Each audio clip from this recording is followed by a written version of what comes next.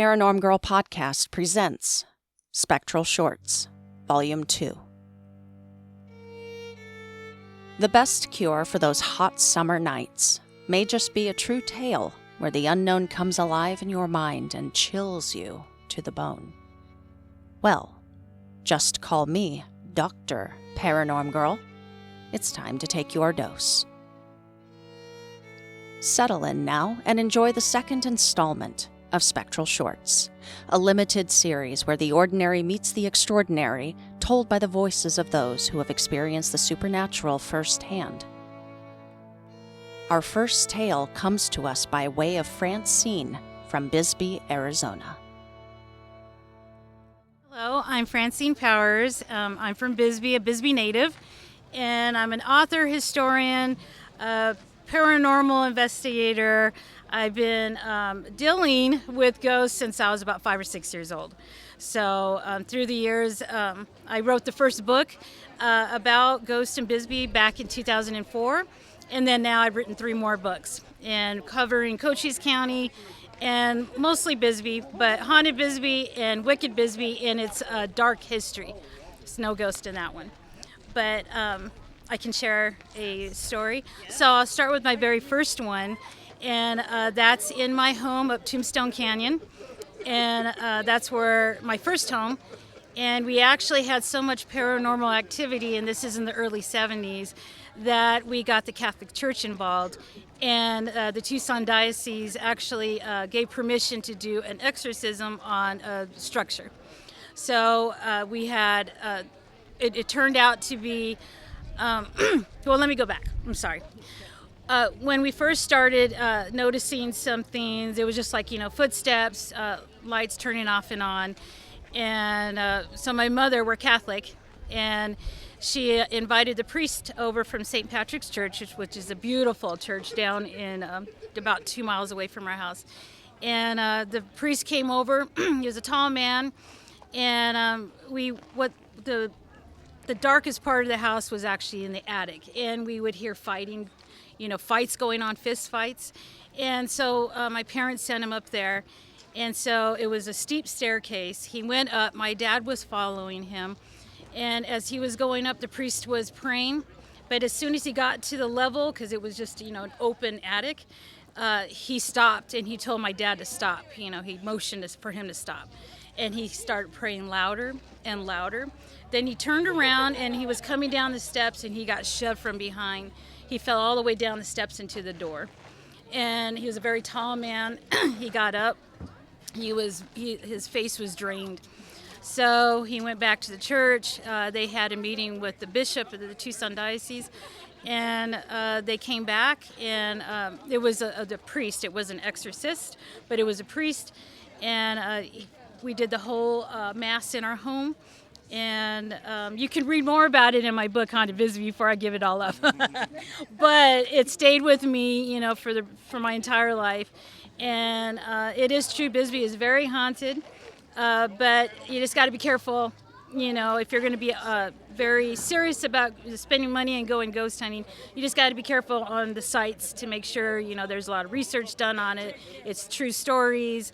It's easily found, anybody can research. But I'm also part of a new app. It's called the Bisbee Ghost app. And where did he go? But I guess I'll talk for him. So Chris Whitney and myself, he's the owner of the app. And we're writing about the same thing pretty much about my books, but it's a different way because it's visual. You can listen to the stories. It's more romantic storytelling, but it's true history and true ghost stories. So it's a Bisbee Ghost app. And do you want to say something about the Ghost app? The Ghost app is the most factual ghost app in the United States. Yeah, no, it's kind of like a self-guided digital tour that you can just get on your phone. And its cool thing is it's not going to be static. So I think we have close to about 50 stories in the app right now, but that's always expanding. So it gives you a way to explore the history of Bisbee without being tied down to tour schedules and having to deal with a guide, and you can do it on your own time. And if you're visually impaired or hearing impaired, you can listen to it. You don't have to rely on having to hear the guide, and so it's going to be really cool. We just launched on the Apple App Store today, and then Google is coming along. We'll get it on to the Google Play Store here soon. So yeah, it's available now, like $3.99. You get all the stories, and we're going to have a lot more features coming in. It has the sensor built into the app too. So there's other ghost apps, but they don't really tie into the history of the town. So now we're trying to separate ourselves that way. Thank you, Francine. I have also lived in a few homes I would qualify as having been haunted. There are certainly strange things afoot, taking place in areas we are meant to feel safe and secure. But a physical attack from something unseen, ghostly footsteps and fistfights, this is next level terrifying stuff. And I know how difficult a process it is to be given the green light for an exorcism to be initiated. For that to have been the case on your childhood home, I know the situation was more than serious. And thank you, Chris, for informing us about the Bisbee Ghost app. A good portion of my audience are investigators of the paranormal. I have already downloaded the app, and I recommend they do so as well. The stories included, along with the symptoms of current-day hauntings, certainly paint a chilling and intriguing picture of Bisbee. My heart aches, in particular, for Lizzie Femison and her reported sorrowful wails that now pierce the night. Our next entry is from Francine's son. Experience with the paranormal may at times prove to be a family affair. Welcome Randy Powers of Tucson, Arizona. My name is Randy Powers. I'm from Bisbee, Arizona, currently living in Tucson. So, the kind of main paranormal I see is in my house. There I see a kind of light gray shadow, kind of like peeking around, kind of watching. I don't know what it is, but it's just always been there since I've moved into the house. So I think it started when I was like 10, or like, I don't remember what age it was, most likely 10. I was in my old room, and I kept seeing this tall black figure kind of peeking in from my doorway, just watching me. I was like, didn't really do much, just stood there. I stared at it like multiple times. Then recently, later down like the time, I saw a gray kind of figure, like kind of like peeking his head and then moves like hidden behind a wall. And I was standing in the living room and I just see it and it just move. And so I go walking over there, seeing what it was. And both my parents were like, "Don't go over there. You don't know what it is." I was like, it's dead. What's the worst it can do? So, and then I was, like 2 nights later, I was laying in my bed with, about to go to sleep, and I just felt something watching me. And I looked over to my door, and the same kind of figure was standing behind my door. It was fully pressed up against the door, and I don't know, like, what it was, but it was standing there. So I went outside to my living room, told my mom. She went over with her rosary. She went to where I saw it, and she got goosebumps. That's the tame one.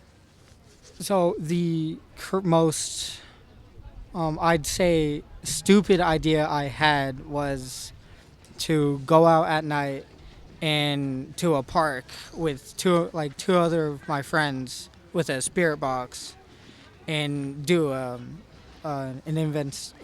investigation, see if we can't get anything. So we sat down at a bench with Ramada over us, and we turned on the spirit box, and one of my other friends had soundproof headphones, and I had the great idea of doing the Estes method. So since it was my idea, they said, like, you should do the Estes method, and we'll ask the questions. So I said, that sounds fair. So, and like I also kind of wanted to see if we can get anything. So I think I had the headphones on for like 30 seconds. I said some things, and I can't remember what it was, but I remember saying the number 6. And I believe they were asking how many like spirits were around. And like after that, I got like weird sensations. I just took the headphones off, and like all of it dissipated. I don't know what it was, but it was a fun time, I will say. Thank you, Randy, for sharing your experiences. I spent the first season of my show investigating shadow figures for myself. At the time, and to this day, there aren't many entities that terrify me to the core, more than a featureless, intelligent void in the shape of a person, even if they do nothing but stand there, watching. As for your experience using the Estes method to communicate and hearing that particular number, with as many shadow figures as seem to be hanging specifically around you, it does not surprise me that you would communicate with such a large entourage. Now, not all interactions with the other side are terrifying or heartbreaking. Sometimes they can be uplifting, and a good reminder that those we love, though they may not be physically with us, are still around, still looking out, and able to help us in ways no one else can. Our next and final account is a good example of this. I hope you enjoy this one, told by his and hers paranormal investigator, Liz Katz, from Phoenix, Arizona. I am Liz Katz, and I'm from Phoenix, Arizona. I'm with his and hers paranormal. We're a husband and wife team. I've seen things, heard things, experienced things my entire life. So I recognize now that I'm somewhat of a medium or a sensitive. And for the longest time, I just questioned myself, kind of questioned my sanity. But I've experienced enough now, especially with all the equipment, that I know I'm not crazy. So my craziest story, most mind-blowing story for me personally, has been when my father passed away about 3 years ago. And it was very sudden. He had a heart attack. So he left us with a lot of unanswered questions. The biggest of which for me was, how do I get into your phone? because I wanted all of the photos of him on there, and he was a musician. He played the violin. So it dawned on me I didn't have any videos of him playing. So I knew he had those in the phone. So I was like, I have to get into this phone. So I tried every pet name, anything family related, anything relating to my mom or his parents, and we could not figure out this passcode. The phone eventually started locking me out. It wouldn't let me try again for 12 minutes, 15 minutes. Then went up to, you have to wait 24 hours before you can try again, 48 hours before you can try again. So I took my phone into AT&T, and there was nothing they could do about it except just reset the phone. But then that erases everything that's in there and would defeat the purpose of my trying to get in to begin with. So I had done everything for about a month, losing my mind trying to get into this phone, except ask him myself.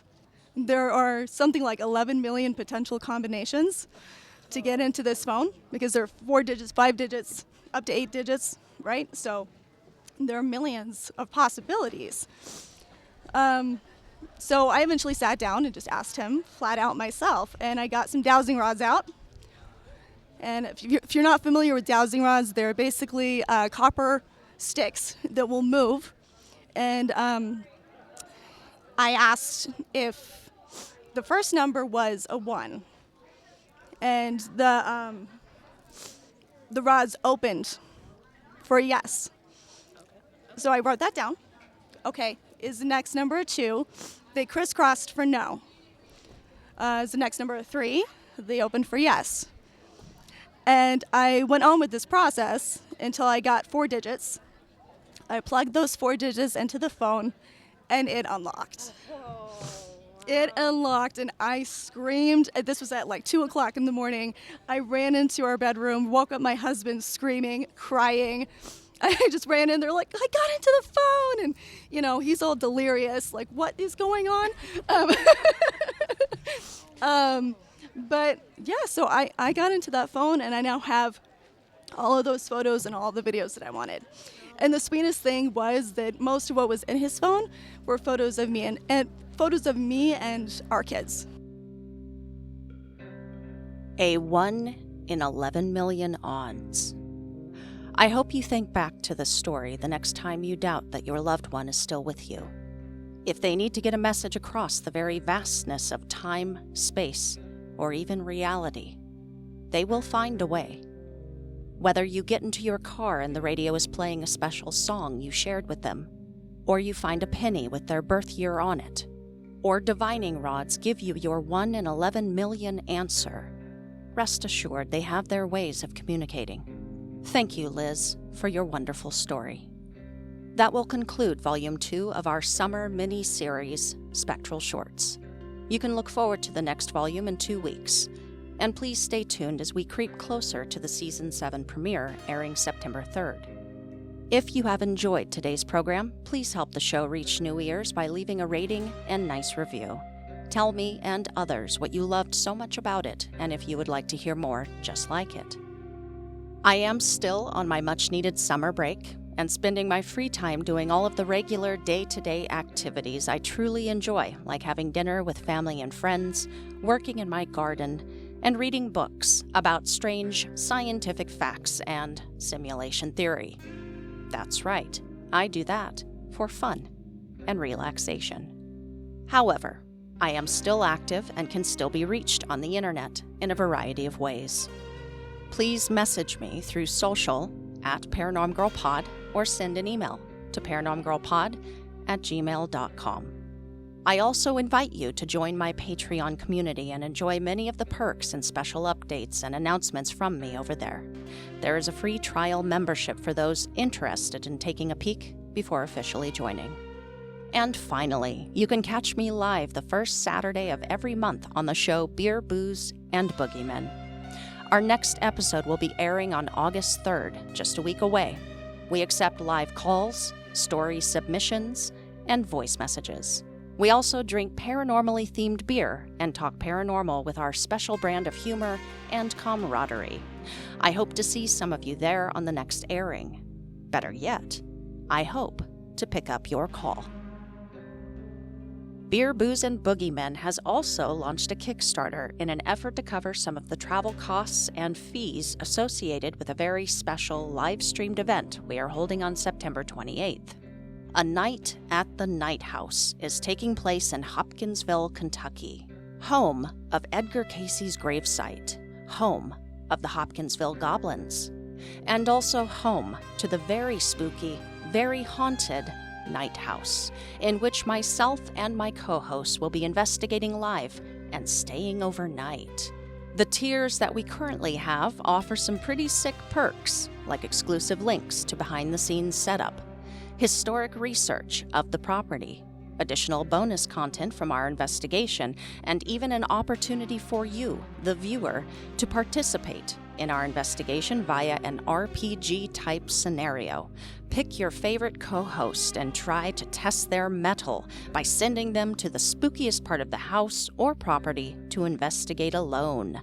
You have the option to choose what equipment, if any, they take with them, and make suggestions as to what they should do or ask of the Night House spirits.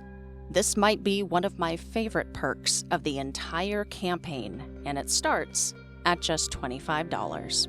Not bad for an opportunity to scare the bejesus out of yours truly. And trust, I'm all talk until I'm locked in a dark closet with nothing but my own paranoia and something unseen starts moaning. Probably will not be my finest moment, but I will do it for your entertainment.